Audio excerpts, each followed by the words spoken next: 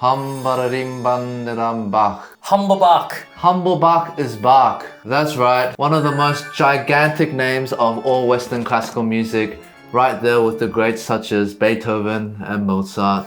Bach is seen as many as one of the greatest musical composers of all time. He has created masterpieces such as this and this.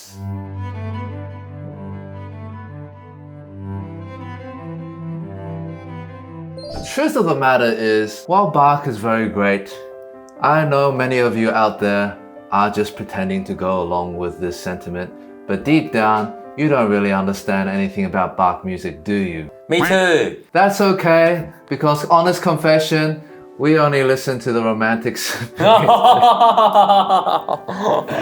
only Bach I'm intimately aware of is the Bach Double Concerto and the Six Sonatas and Petitas, because they are so hard and we'll have to learn. All jokes aside, look, let's be real, right? Like, we all know we're supposed to love Bach, but a lot of Bach, and he wrote a lot of music, like over 1,000 pieces, but not all of it is the easiest to understand because it's quite intellectual and it's quite deep. So this video, we thought, you know what, let's deep dive a little bit about what is it that actually makes Bach so great. Before we get into the meat of the video, we would like to give a special thanks to Apple Music Classical for sponsoring this video. Apple Music Classical is an app where you can stream your favorite classical music. We've also partnered with them to create a special Bach in Style playlist, which features some of our favorite Bach recordings. Many of these pieces will be referenced throughout this video, so definitely go check out our Bach in Style playlist here.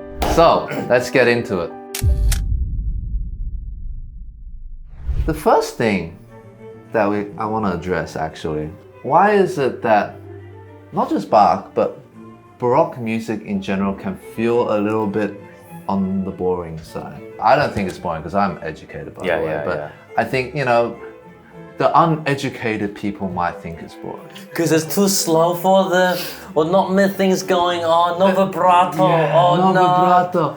Well, you know, I was actually looking into this and a lecture by Bernstein, and Bernstein himself admitted to this. Bernstein said, while Bach is one of the greatest, one of the things that is different is that Baroque music is philosophically, at its core, a different approach to music than all the music to come after. From the classical era onwards, music became much more about contrast and drama.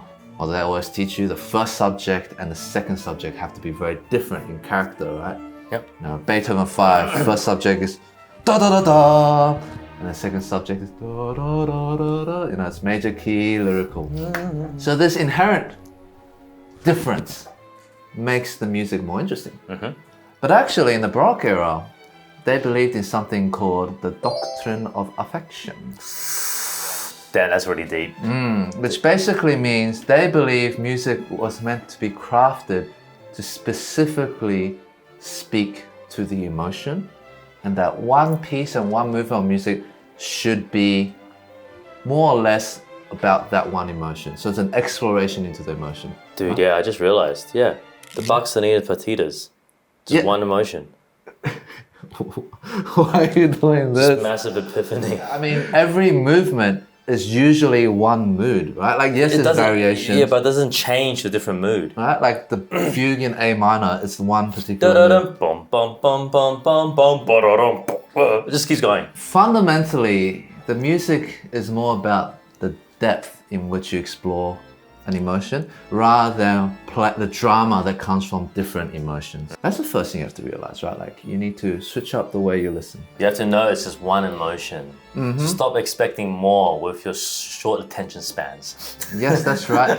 Give that emotion a chance to really marinate. And that's what they were doing. Before Bach, they actually didn't have what's called equal temperament. It means the keys that we have on the piano table, when we can go between every single key and modulate, that wasn't possible back then. Back then, composers typically just used certain keys and avoided other keys. That's all you need to know. Around that time, music theorists started developing different theories on how to make a tuning system where you can move around keys. There was tuning systems which are called well-tempered, where it was good enough to traverse between the keys. And so Bach came along, and he was the first dude. Actually, I don't know if he's the first guy to write something in all 24 keys, but he's the first person to write a meaningful, legitimate musical work that spanned all 24 keys, called the Well-Tempered Clavier. That's crazy.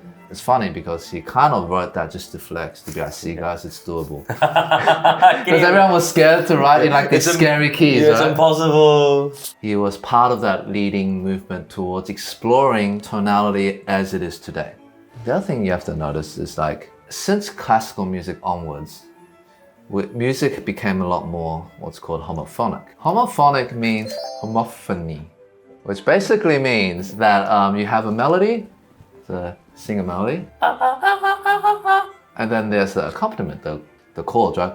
But like, you know, the people playing guitar strumming chords, 1 5 6 2, whatever, 1 5 6 4. It's very easy for you to follow. But actually, before the Baroque era, the Renaissance era, music wasn't like that. Music was much more horizontal, right? So think of it in melodies. How do you create a sense of harmony within the melody? Is something called counterpoint, where basically you stack two melodies that are independent, but the two melodies have to sound good while being played together. There's two melodies happening at once, but Bach is very good at this. Yeah, he is very, It's very not good. just two. He'd often go up to 4, 5, 6, 7. That's insane. It's not easy to compose two completely separate melodies that sound good together, right? Like, if we were to both sing a melody right now, this is probably what would happen.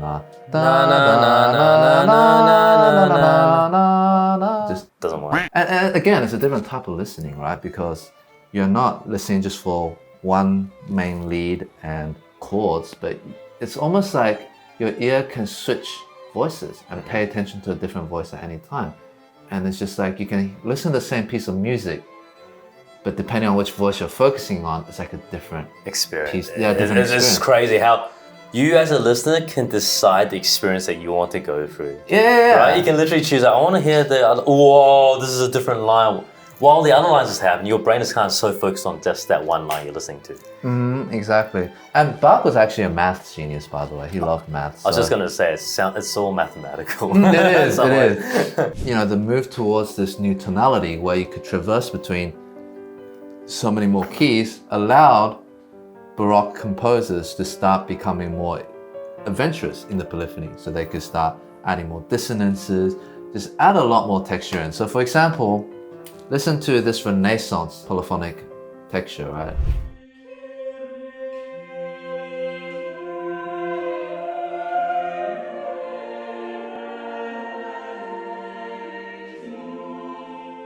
Right, and it sounds very nice. It's calming, it's kind of chill. But now listen to this from Bach and see how much more intense and complex it is.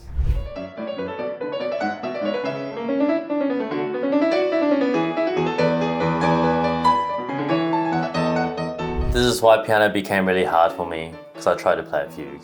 True, me too, I remember. Do you remember playing Yeah. it? Yeah. So I feel like a lot of people out there just stop because it's the fugue.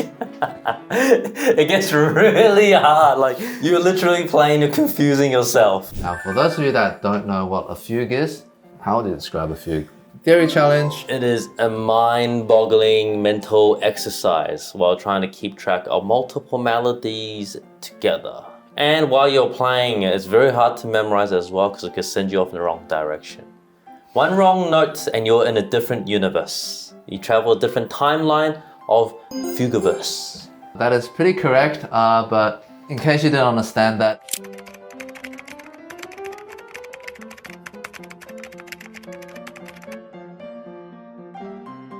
towards the end of the Baroque era, polyphony started to actually get out of fashion a little bit, and homophony was becoming the new trend in music, right? And so, you know, it actually started with the basso continuo. They started playing like the harpsichord doing the basses and stuff. Yeah, the bass, right? So Davey 504. Around that time, the bass came in, and slowly music started moving towards homophony. So there was this one guy, his name was Frederick the Great. And he didn't really like the old polyphonic counterpoint because it was a bit too intellectual for him. And he preferred homophony.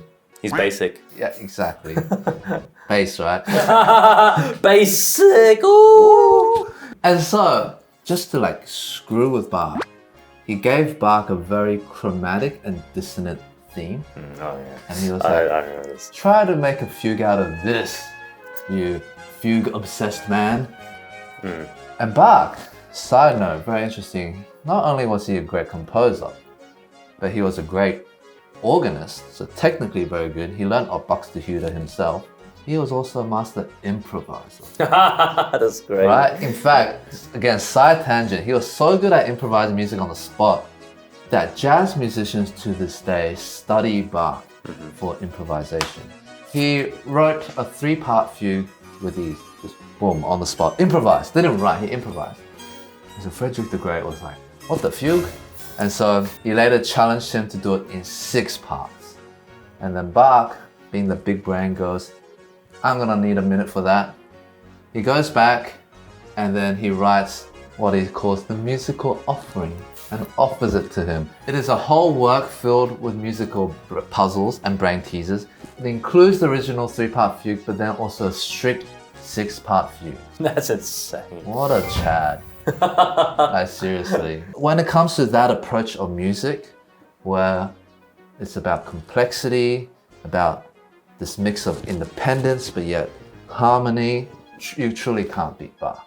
You know, Bach also lived a very sad life. I wouldn't say sad, he suffered a lot in his life. Both his parents died when he was 10. So he learned a lot of, the writing from his oldest brother.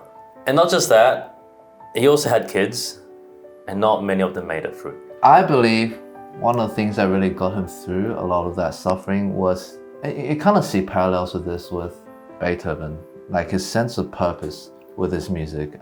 He was deeply religious, deeply spiritual, and he dedicated his music for God. You know, when we studied violin at the con, everyone talked about Bach.